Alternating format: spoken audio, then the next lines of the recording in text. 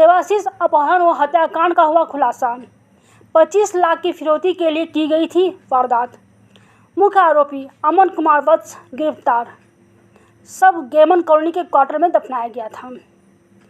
बीएससीटी थाना क्षेत्र में 19 वर्षीय देवाशीष कुमार के अपहरण और हत्या की गुत्थी पुलिस ने सुलझा ली है। देवाशीष के परिजनों से 25 लाख रुपए की फिरौती वसूलने के उद्देश्य से उसका अपहरण कर हत्या की गई थी। हत्या के बाद सबको गेमन कॉलोनी स्थित एक खाली क्वार्टर में दफनाया गया था। इस संबंध में पीड़िता रीता देवी पति विजेंद्र कुमार निवासी सेक्टर 3C क्वार्टर संख्या 139 थाना बीएससीटी जिला बोकारो ने 11 जून 2025 को अपने पुत्र देवाशीष उम्र 19 वर्ष के अपहरण की लिखित शिकायत थाना में दर्ज कराई थी। शिकायत के अनुसार देवाशीष 10 जून की दोपहर 2 बजे से लापता था। मामले की गंभीरता को देखते हुए बोकारो के पुलिस अधीक्षक हरविंदर सिंह के निर्देश पर नगर पुलिस उपाधीक्षक आलोक रंजन के नेतृत्व में एक विशेष जांच दल का गठन किया गया। जांच के क्रम में तकनीकी साक्ष्यों के आधार पर अमन कुमार वत्स पिता कृपा शंकर चौहान निवासी सेक्टर 12A क्वार्टर संख्या 1289 को हिरासत में लिया गया। पूछताछ में अमन ने अपराध स्वीकार करते हुए बताया कि उसने फिरौती की नीयत से देवाशीष का अपहरण किया और बाद में उसकी हत्या कर दी। सबको गेमन कॉलोनी के क्वार्टर नंबर G9 में गड्ढा खोद कर दफना दिया गया। उसी की निशानदेही पर पुलिस ने वहां से शव बरामद किया। मौके से पुलिस ने कई आपत्तिजनक व तकनीकी साक्ष्य भी जब्त किए, जिनमें लोहे का सबल, एयरटेल 4G सिम, 32 GB का SanDisk memory card, boiling crowd company की शराब की अधूरी बोतल, मृतक के कपड़े व चप्पल, अभियुक्त का जूता और 3 मोबाइल फोन शामिल हैं।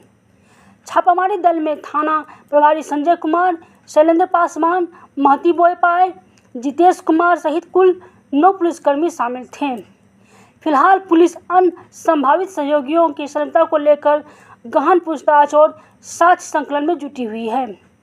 देवाशीष की निर्मम हत्या से इलाके में आक्रोश है। पुलिस ने भरोसा दिलाया है कि मामले में शामिल सभी दोषियों को जल्द गिरफ्तार किया जाएगा। बोकारो से राकेश कुमार सिंह की रिपोर्ट।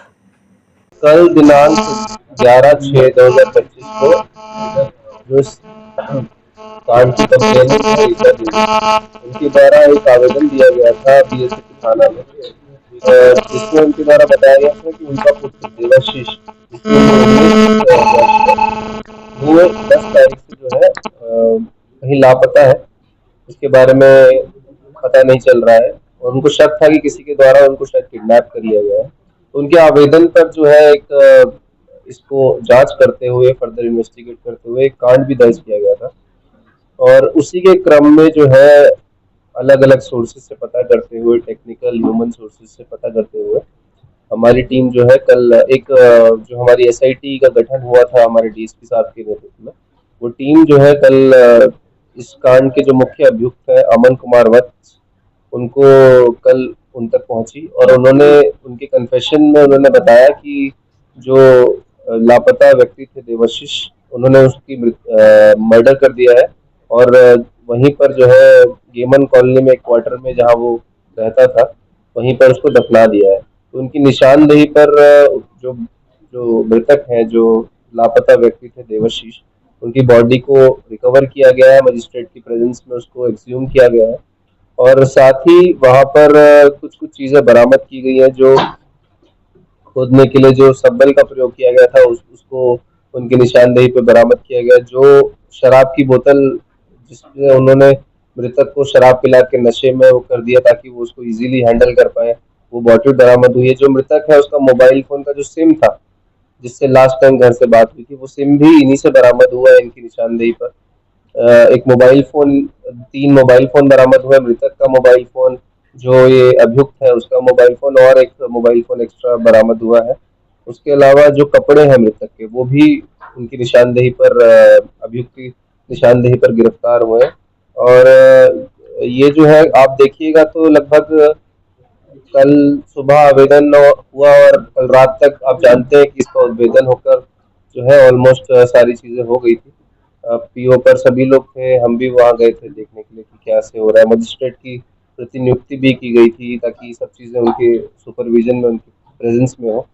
इसके पीछे जो मोटिव इन्होंने बताया अपने कन्फेशन में, इन्होंने बताया कि ये उससे कुछ उनकी फैमिली से पैसे कुछ उगाही करना चाहते थे, इनका कुछ कर्ज था या कुछ था जो चाहते थे कि ये उससे उनकी फैमिली से 25 लाख रुपए मांग के उस कर्ज को जो है चुका ले। तो उसी उसमें उन्होंने जो है, जब उनको लगा कि नहीं हो पाएगा, फैमिली को शक हो जाएगा, तो उसको मार दिया व्यक्ति को और वहीं दफना दिया।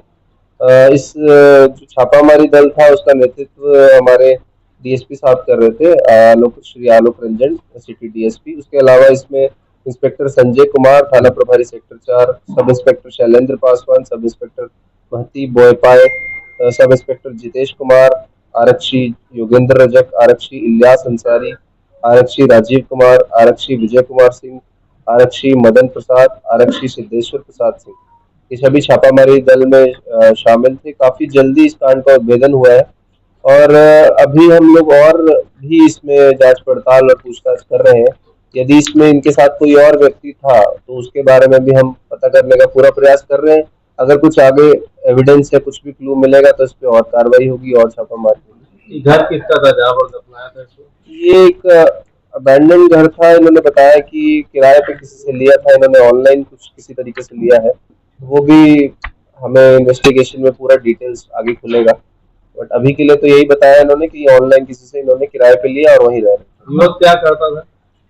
युवक जो था, जो मृतक, नहीं जिसने जो हत्या किया, ये तो कोई काम पढ़ाई करता है कुछ ऐसे। 19, ये भी, इसकी भी उम्र 20 वर्ष है। दोनों दोस्त थे, एक ही स्कूल में पढ़ते थे, आखिर क्या कर्ज लिया था इसकी कोई जानकारी मिल पाई है? क्या मोटिव क्या है? एक्चुअली कुछ जो पता चला है हल्का फुल्का, वो कि कुछ इनको किसी साइबर उससे ये जुड़े थे ऑनलाइन कहीं पे, और वहां से कुछ पैसा इनके अकाउंट में आया जो कि फ्रीज कर दिया गया पुलिस, साइबर पुलिस द्वारा। तो वो अकाउंट उनको अनफ्रीज कराने के लिए, वो पैसे को रिलीज करवाने के लिए ये चाह रहे थे कि कहीं से पैसे की व्यवस्था हो जाए, और उसमें जो है, इसी लालच में इन्होंने ये क्राइम किया। और जब लगा कि नहीं ज्यादा कुछ हो पा रहा है और हम पकड़े जाएंगे या कुछ, उसी डर से जो है इन्होंने उसको मार के वहीं दफना दिया। सर, परिजनों द्वारा बताया जा रहा है कि अमन के साथ एक और लड़के का नाम बताया जा रहा था, उसके बारे में सर क्या कहते हैं? अभी वही मैंने बोला कि आगे जो भी अगर कोई शामिल है इस कांड में, तो उस पॉइंट पर हम और डेप्थ में थोड़ा इन्वेस्टिगेट कर रहे हैं। अभी हमारे पास कोई क्लैरिटी नहीं है, इसमें कोई था नहीं था, हम अभी मतलब नहीं बोल पाएंगे। इनसे पूछताछ करेंगे, बिकॉज हमें समय भी अब आप जान रहे हैं बहुत कम मिला है। थोड़ा डिटेल पूछताछ होगी और थोड़ा सा इन्वेस्टिगेट होगा। हो सकता है कोई आ जाए, हो सकता है कोई नहीं हो, मतलब अभी कमेंट नहीं करता। अमन के फादर क्या करते थे?